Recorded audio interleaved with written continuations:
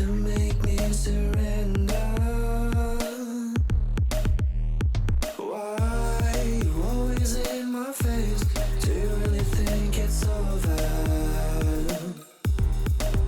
'Cause I've been